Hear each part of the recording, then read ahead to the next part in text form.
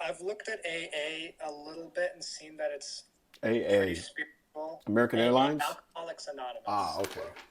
I've looked at Alcoholics Anonymous and seen that it's a lot more spiritual than I originally thought it would be. And you've mentioned it also being a spiritual Yeah, path. I think the first absolutely. step or thing is like yield to a higher power. Could you talk about that a little bit?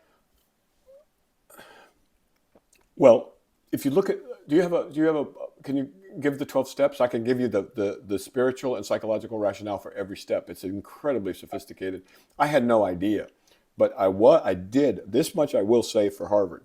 They said, look, when it comes to alcoholism, you're out of your league, MD.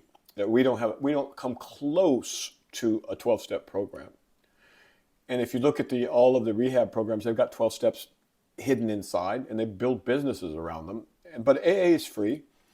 Uh, as when I was a psychiatrist, it's heaven sent, right? Because you can cure things that are incurable. Furthermore, it's all over the world, and so people who are members and I guess in good standing, or I don't know how it works, but you can stop at a meeting anywhere in the world you are, anywhere in the world, at any time of the week or day. I mean, and so that's more like a church than people want to acknowledge necessarily. But it's not a religion. It's a treatment and a cure uh, in some people. And if you read the 12 steps, I can translate them for you pretty quickly, I bet. Yeah, I have them here. All right. Number one of the 12 steps of AA. And I'm not doing it justice, but I'm just going to give you a quick notion of its sophistication. Keep going. Yeah, of course. There's probably a lot of depth. One, we admitted we were powerless over alcohol, that our Good. lives had become unmanageable. Humility. Two. Two, came to believe that a power greater than ourselves could restore us to sanity. Hope. Three, made a decision to turn our will and our lives over to the care of God as we understood Him. Surrendering of the ego. Four, made a searching and fearless moral inventory of ourselves. They understand the mechanism of the mind in the ego and the self, right? So they're basically doing the psychiatric work on themselves with the help of sponsors and the rest of the group and etc. Go on. Admitted to God, to ourselves, and to another human being the exact nature of our wrongs. Yeah, let's get specific. Let's see how did you screw up? Why did you screw up? How did you hurt other people? And it's just deepening understanding. That's insight. Next. Six, we're entirely ready to have God remove all these defects of character. Okay, so now we're getting rid of resistance of the ego. Seven, humbly asked Him to remove our shortcomings. Prayer. Eight, made a list of all persons we had harmed and became willing to make amends to them all.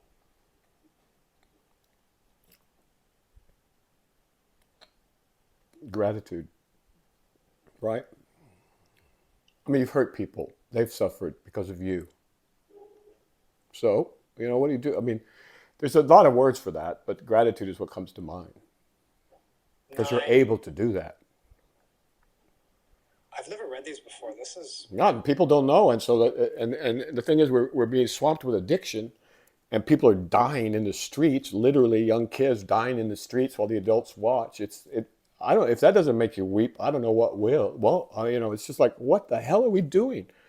And one of the hardest things was going back to these tapes I did 20 years ago, and trying to talk to these folks about, hey, we can't do that to our kids. We can't do that. We can't do that. It'll end up in a disaster. I mean, and they wouldn't listen. And these were the people who were supposed to be the ones who cared, and that's the hard part, because they were not. There was a lot of corruption in California, unfortunately, and the kids pay the price. And that's not the only example. Another example is schools. Why do rich kids have good schools and poor kids have bad schools? Tell me what rationale there could possibly be on this earth for that. So the rich kids get smart. So like a town is divided up into east and west sides, let's say, because of the tracks, okay? The east side is the poor side, and the west side is the rich side. So the minute people in the east get some money, they move to the west side because it has better schools, right? Now the kids have more money and better schools and more stable families, etc. And so what's happening here? It's going like this. I mean, if you're going to design a system to do that, that was what you would design. Furthermore, 50% of kids in California don't even graduate high school. It's not a school. It's a filtering mechanism to get rid of kids. So don't get me started on that. Let's get back to AA, please. Alcoholism, at least it's got boundaries to it, right? Okay, let's keep going. Where are we? Sorry. Nine. Made direct amends to such people wherever possible, except when to do so would injure them or others. Yeah. And that's the Kantian, ethics, or doing to others as you would want done unto you, or who knows, all kinds of things. Seeing yourself in the other, or understanding that you're not the only human. The world does not revolve around you and your need for a drink, right? That one is so sophisticated. I'm telling you, it's far more sophisticated than anything I was taught. And I'm just very grateful that at Harvard in psychiatry, they acknowledge that. And they taught us that. As a matter of fact, we went to AA meetings. And good for George Valiant, right? If you just take the word alcohol out of number one, this is like...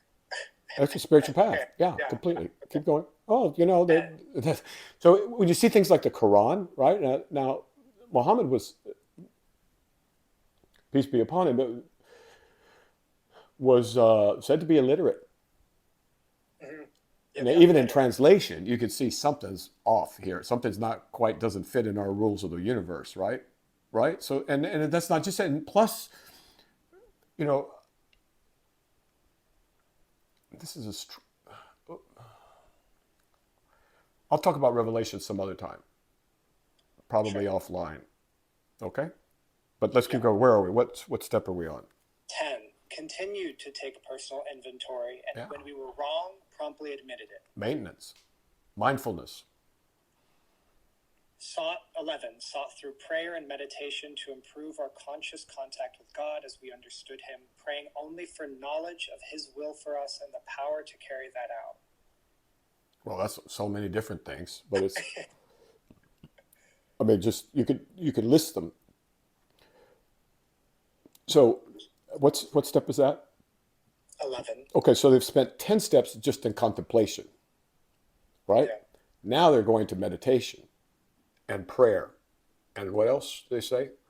And trying Asking to... for the will and power to be able to carry out His will. So prayer, meditation, contemplation, and all the rest.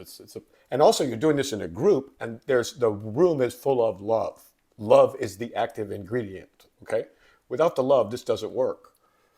With the love, it will work for sure, and we have lots of proof of that, lots of it. And it's amazing to see these people go into like, I gotta go to rehab. It's $100,000 a month. Loan me some money, right? At max, someone might need 3 days of detox if they're really, really, really bad to keep them from getting DTs, right? And after that, you just go to meetings. And actually, in case anybody's listening, 90 meetings in 90 days, and chances are you're done. Because if you don't get AA, it will get you. If you do that, 90 meetings in 90 days, different meetings, and go to one to you find one you like, or people that, and then it becomes, so they use everything in their disposal except for politics and money and advertising and bullshit and all this other crap that has nothing to do with the journey towards truth or just finding truth or whatever. So let's keep going. What are we on, 10? 12. Last one. Okay. Having had a spiritual awakening as the result of these steps, we try to carry this message to alcoholics and to practice these principles in all our affairs. Yeah, so now they're talking about bodhisattvas. Right? And so now two caveats, right? One caveat is, and this is the big one, the fun one is the 13th step, but I'll let them tell you about that. I'm not going to say anything about the 13th step. And it's just a joke. And then, but on a more serious note, from the way I see, okay, so many lives have been saved, so many families have been saved, so many people who they were cured from an incurable disease. I mean, sometimes, I mean, literally, I've seen, you don't know what severe alcoholism is, and let me tell you, it is, whew, that's a beast, okay? Even if you have a whole hospital working with you, all right? So now, the only thing I've noticed that for some people could be a problem later, but I think it actually doesn't if you're really, really successful in the program, is that at some point you can let go of your identity as an alcoholic, you know? But the thing is, it's so precious to them. It's like saying I'm a Catholic, or I'm a Muslim, or I'm a Buddhist, or so. I don't know. There's not much pride in those things. But but a fixed identity is an obstacle.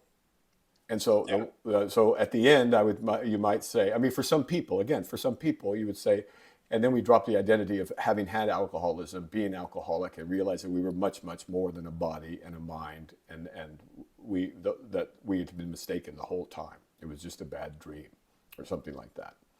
So that would be the only real caveat that I have, is that you can get a fixed identity as an alcoholic or an and because they're encouraged to, you could say, once an alcoholic, always an alcoholic. It's like Marines, right? But that has its limits for some people. But thank you for bringing that up. I don't get to talk about it much. People don't want to hear about it because there's no money in it, and there's no glamour in it, and it's not nearly as nice as a nice rehab in West LA or something. And so people should know it's there, and it doesn't cost anything. And also, let me mention, I can't think of another organization that's gone that long with no scandals, no money, funny stuff, no political stuff, none of that crap. And they've been very, very smart in how they've done it. And part of the reason they're able to do it and do it this well is that they stayed close to the ground. They stayed low. And that is, if we might just circle back to Taoists. Taoists are very close to the ground. And close to the ground is a good place to be for any number of reasons. Okay, I'll stop there. Great question. Thank you.